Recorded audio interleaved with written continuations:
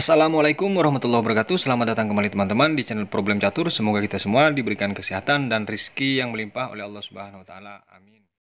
Di trik catur mematikan yang part kelima nih teman-teman. Dengan tangkisan Nimzoik Dufen ketika putih memainkan pembukaan E4.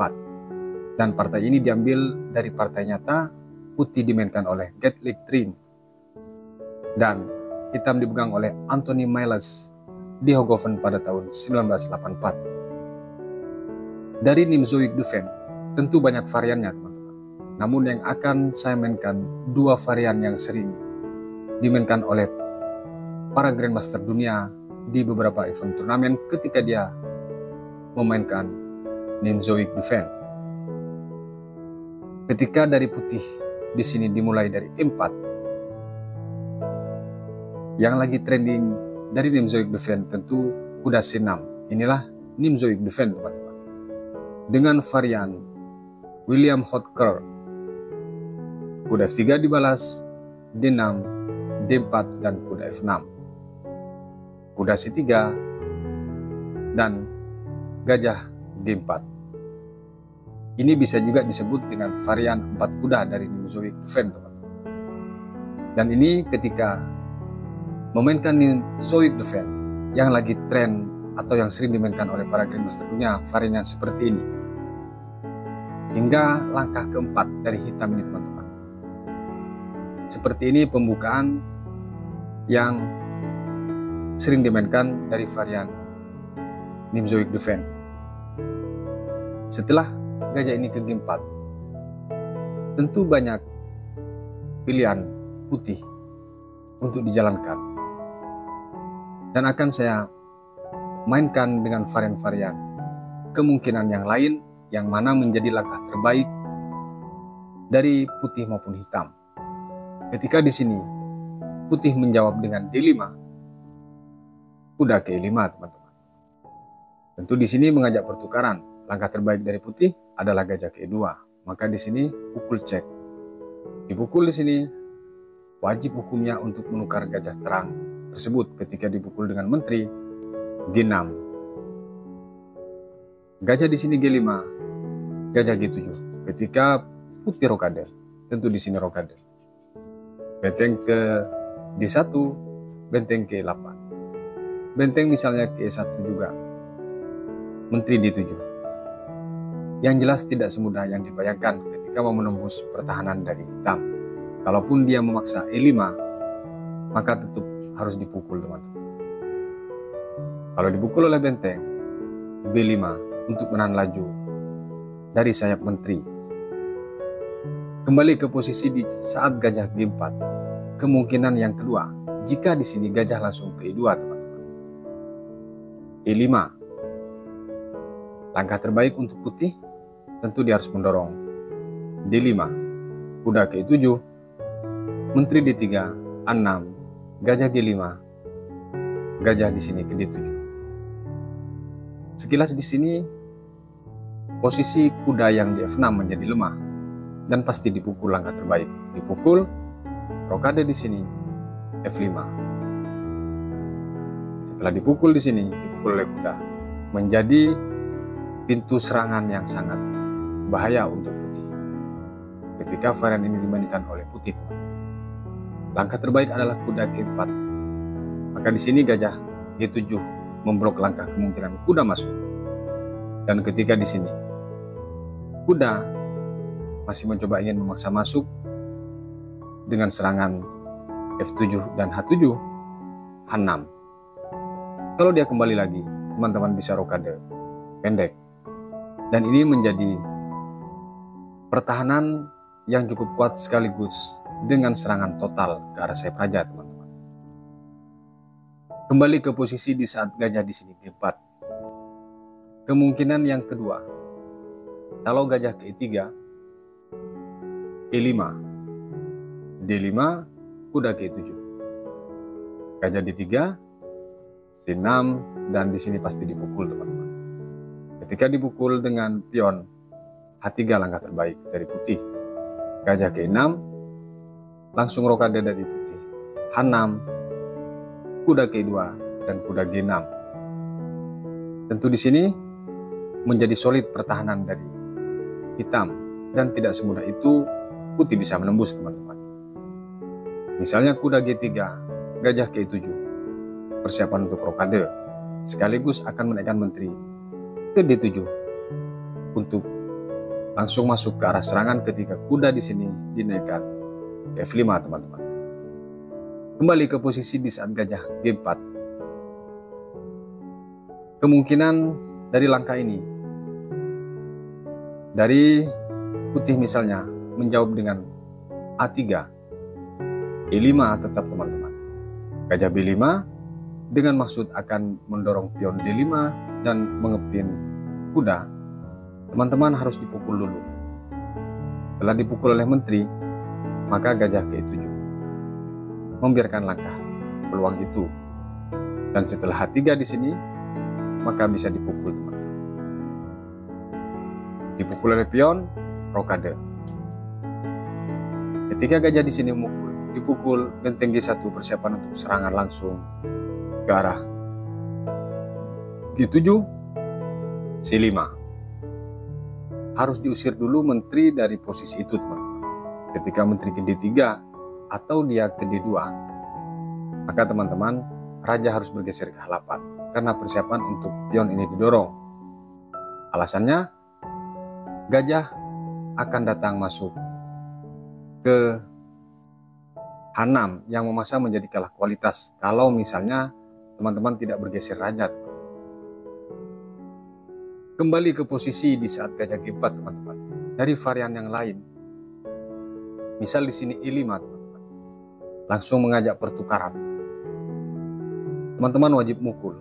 Dipukul, maka di sini harus dipukul menteri terlebih dahulu. Dan setelah dipukul oleh kuda atau raja di sini, kuda D7, 2 kali mengancam pion ini, teman-teman. Atau teman-teman bisa memukul kuda terlebih dahulu dengan gajah. Namun di sini posisinya menjadi terbuka dari hitam, teman-teman. Kalau misalnya kuda D7, ini masih ada kemungkinan untuk dipertahankan oleh gajah. Namun tetap jatuh pion itu. Gajah F4 misalnya, maka dipukul terlebih dahulu. Dipukul oleh pion, maka teman-teman bisa ambil pion yang di E5. Kalau dipukul, tentu unggul 1 pion, teman-teman, dari hitam. Kembali ke posisi di saat gajah G4. Varian langkah yang dimainkan oleh putih di langkah partai gajah ke B5, dia langsung bertujuan mengepin kuda. Dibalas dengan langkah A6, dipukul cek. Dipukul oleh pion, H3. Gajah ke H5 di sini. Menteri ke2. Dari putih, sepertinya persiapan untuk rokade panjang.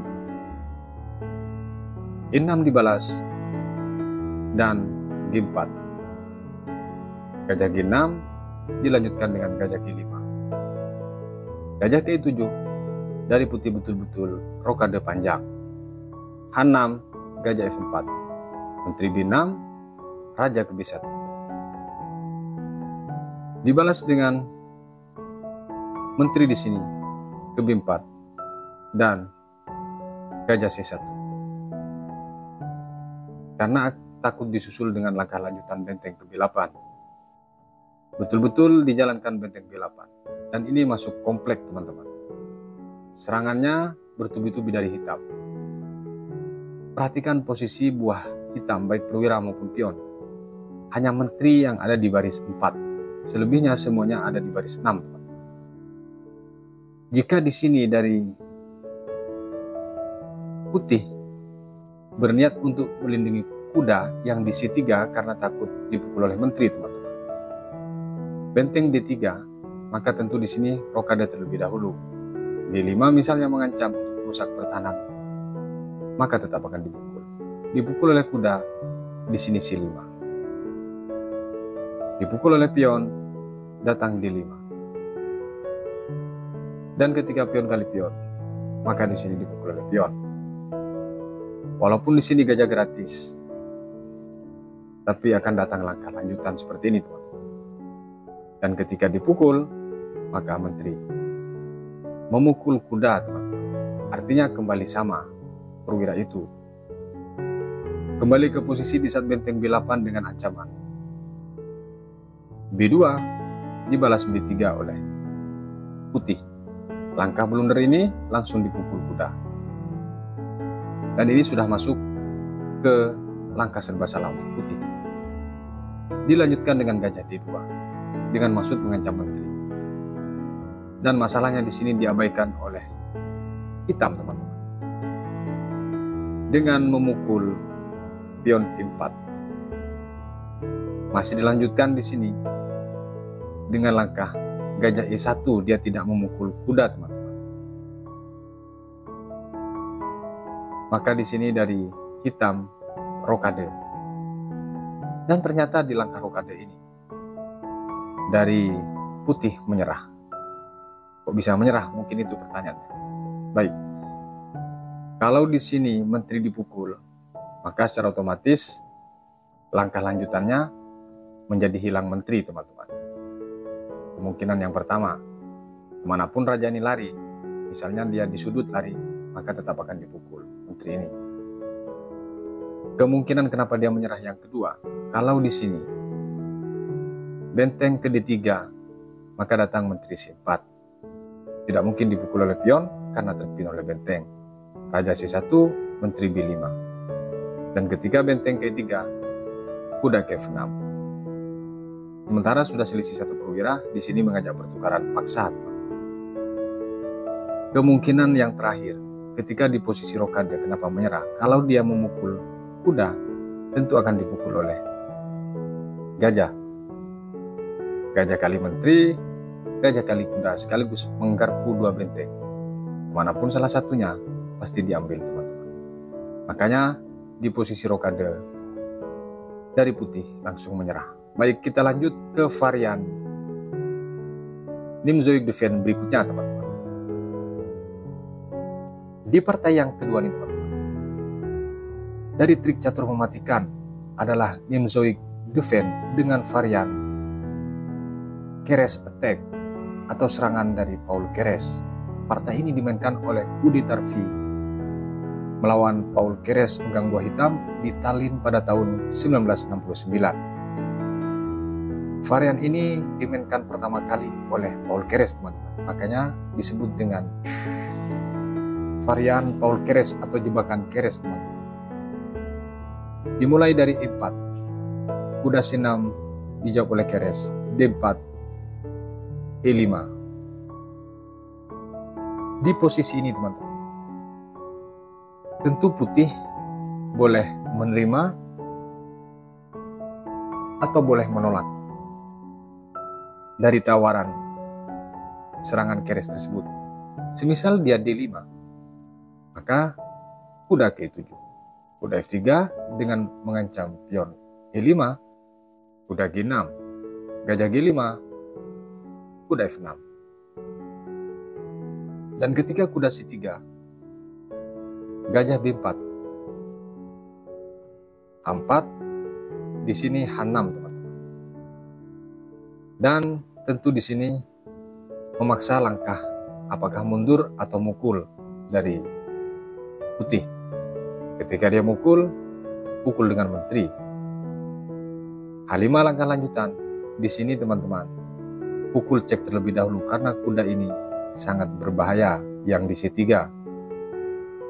Ketika dipukul, kuda ke E7. Inisiatif dari permainan ini dipegang oleh hitam. Ini sudah masuk ke langkah ke-10, teman-teman. Kembali ke posisi di saat E5. Jika di sini langkah lain dari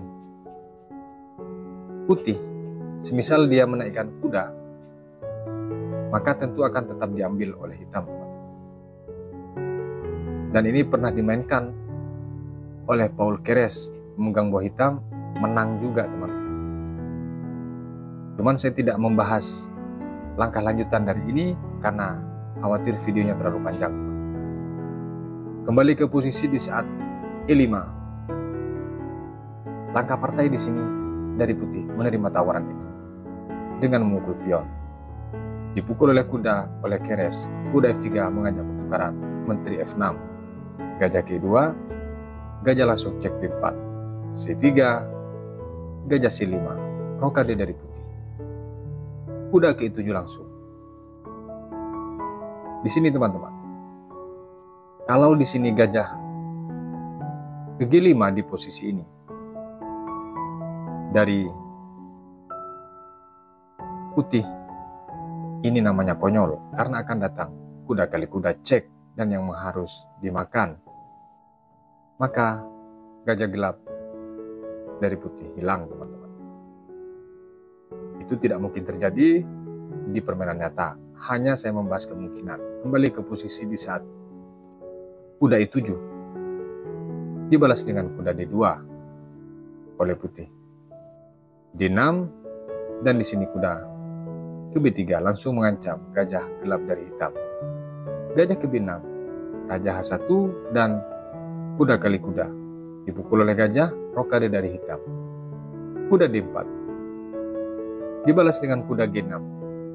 Dan di sini gajah ke E3, kuda K4 dan kuda C2. Langkah kuda H4 ini jelas targetnya adalah gajah terang dari putih. Namun diabaikan oleh putih, maka langsung diambil gajah tersebut. Terjadi pertukaran menteri di sini.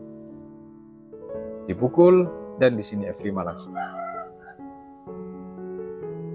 Raja bergeser ke G2, gajah D7. Dibalas dengan gajah kali gajah. Dipukul pion A. Dilanjutkan kuda ke E3, persiapan mengambil pion. Di sini benteng ke-5. Kuda D5, pion kali pion. Tujuan kuda ini hanya ingin mengambil pion C7 tentunya. Dan pion kali pion C6. Dibalas dengan B4 dengan mengancam benteng terlebih dahulu. Benteng lari ke A3. Kuda kali pion sekaligus mengancam gajah. Di sini datang gajah ke-6 dengan memblok langkah lanjutan dari kuda lari. F4 dibalas dengan benteng ke-6. Kuda dari putih terjebak teman-teman karena mengambil pion B6 tadi. F5 gajah ke F7. Benteng ke D1 dengan mengancam pion. Benteng ke D8 terlebih dahulu untuk mempertahankan pion tersebut. Ketika didorong pion E5, tentu pion ini akan didorong, teman-teman. Di sini, daripada kuda mati konyol mungkin pikiran daripada putih, langsung kuda ke C8. Dipukul oleh benteng kali pion. Benteng ke E8 dengan mengancam kuda, raja F3. Dibalas benteng A3 dengan mengancam pion. Benteng turun ke D3, gajah ke C4. Dilanjutkan dengan benteng ke D7 lagi. Dengan maksud ingin mengambil pion. Dan di sini benteng cek terlebih dahulu. Raja ke F4, gajah ke E2. Benteng kali pion. Kalau dari sisi pion teman-teman, tentu di sini masih banyak putih atau unggul putih. Namun posisi raja dari putih kurang baik atau posisinya tidak begitu baik teman-teman.